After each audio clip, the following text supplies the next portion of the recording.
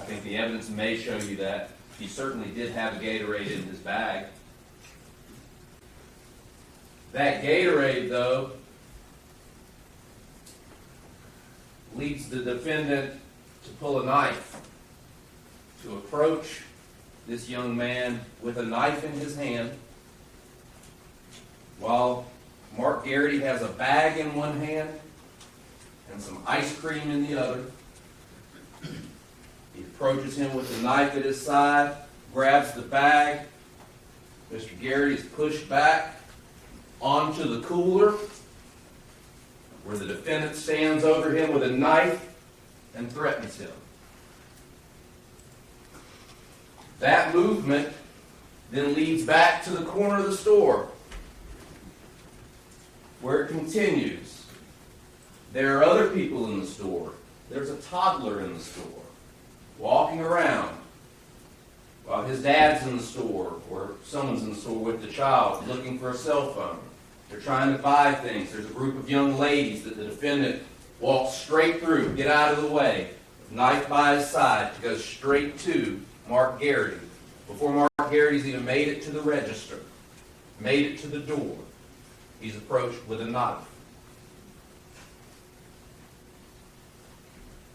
While there's a surveillance video in the store that captures most of what happens in the store, that surveillance video, you're going to find out, doesn't have any sound.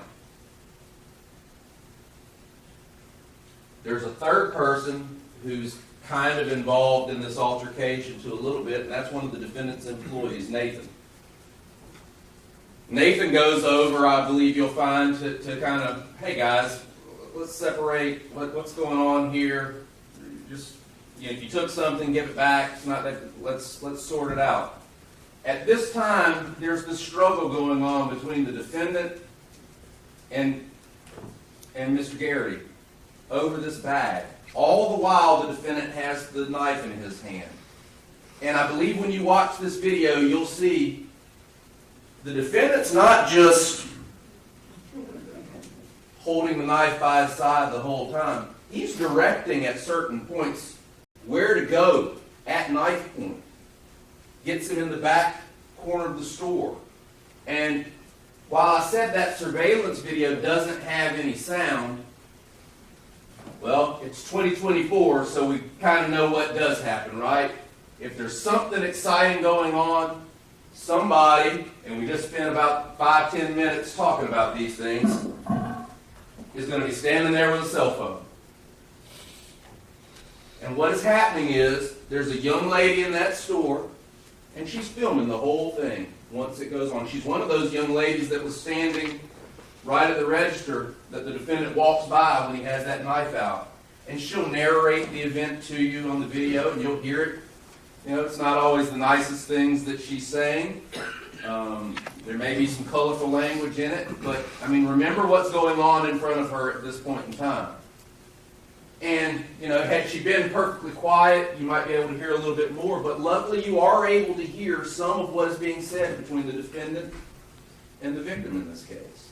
And what you'll hear is the defendant saying, I didn't steal anything, man. I didn't take it.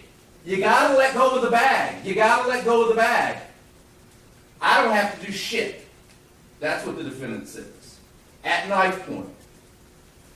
After a couple of minutes of being detained in this store at knife point, and mind you, all the while, nobody on the defendant's behalf has called 911 yet. Nobody has contacted the police about this potential larceny. And remember what it's a larceny of. Like a 20-ounce blue Gatorade. And I say larceny, but it's not even really a larceny yet. It's a concealment. It's a shoplifting. And the only real evidence that we have that it was a larceny or shoplifting is that, they see him on video in the back by the Gatorades, and there's a blue Gatorade in the bag. So I'm not going to deny, and I'm not going to stand here and insult your intelligence and say, don't believe that he was stealing, trying to take something that didn't belong to him. Okay? I think the evidence is going to show that. But the evidence is also going to show that while he's been detained there for several minutes, at knife point, in a corner with two men surrounding him, one of which arguably trying to calm everything down, he says, essentially, I've had enough. I'm getting out of here. You're not going to hold me here at knife point anymore and not call the police and have everybody handle this in an appropriate and reasonable way. I'm leaving. And at that point, at knife point and with racks beside him, he attempts to get free, to get away from this location. The defendant does not let him go. Again at knife point, threatening him with a knife. The victim, you can be heard at one point on that cell phone video going, stab me then, stab me, stab me. You're going to go to jail if you stab me. He fights his way, tries to fight his way out, and I'm not going to sugarcoat it. He tries to get out of there, and it gets physical. And at that point, the defendant takes that knife, and it's clear at this point that he stabs him several times. He stabbed, the doctors are going to tell you, 3 times at multiple depths inside of his person. 2.5 inches, 3.5 inches, 4.5 inches. One of those straight to the heart, through the cavity into his heart, puncturing his heart. The victim falls down, you'll see, he gets up, makes his way out the front door, all the while that cell phone camera is in tow. They're watching it, narrating. There are other people around, and you'll see it. And this is the video that we've been telling you about, right? He goes out into the street alone, without that bag, collapses in the street of downtown Raleigh in broad daylight, and bleeds out right there. Now, the defendant never goes outside, never walks out there to check on him as he's dying in the street and say, man, is he okay? Everybody, let's get some pressure on that wound. Everybody take care of him. No. While Mark dies, what does the defendant do? You'll see that the defendant mops. While Mark dies, the defendant mops. He goes straight back into the back and wheels out that little yellow bucket of water, starts mopping the floor. Get back to business as usual. Okay? Business as usual. Got to get back to selling things. Clean it up. So, you're going to hear that this happens. You're going to hear the video. You're going to hear the people in that video and what they are seeing, their present sense impression, the things that they are observing at that scene, their emotions, what they saw happen, what their reaction to what they're seeing happening is.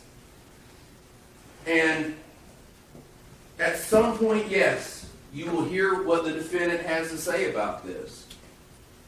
And as we told you, he tells the police that he thinks it was self-defense, and he gives an interview to the police. Okay?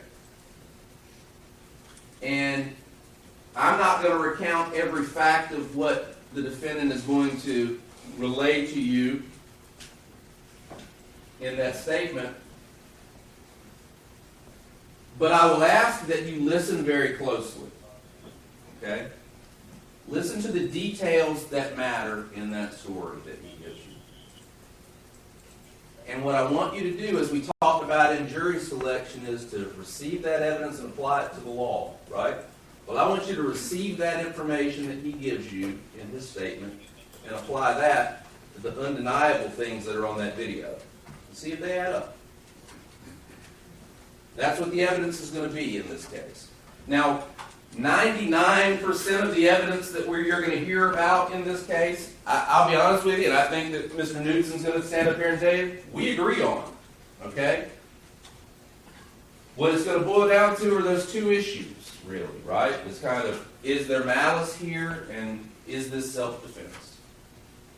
And so the judge is going to give you the law about that, but the fact that the defendant is the one that took a knife and stabbed the victim, Mr. Garrity, and that stab wound is what killed him, not in dispute for you. This isn't a whodunit. This isn't that type of case. What this is it's what isn't. And so, if you keep an open mind, as you've all sworn to do, and listen to the evidence here, at the end of it, I'm going to stand up here, Mr. Newsom's going to stand here, and we're going to talk to you about what we think it all means. Okay, we're going to try and explain why our position is the position that you should believe in, and that it beyond a reasonable doubt that I've carried my burden to you. And when we get to that point, what I'm going to stand here and tell you is that this was not self-defense, and that the defendant is guilty of second-degree murder. So I want you to listen closely to what he says, pay close attention to the video, and I would also ask you to pay close attention to what the other witnesses who are present don't say they heard, and the things that are not found at that scene. Because one thing that the evidence is going to show you is that Mark Garrity never had a weapon. Mark Garrity had ice cream, and Mark Garrity had a Gatorade. But he never had a gun. He never had a knife. The only person who instigated this event, you'll see through the evidence, is the defendant with a knife. And so, again, thank you. I know it's been a long time getting to this point, but now that we're here, you actually get to do the work, and we appreciate it. And again, at the end of this, I'm going to stand here, and I will ask you to find the defendant guilty of second-degree murder. Thank you. All right, thank you, Mr. DA. Will there be an opening statement? There will be.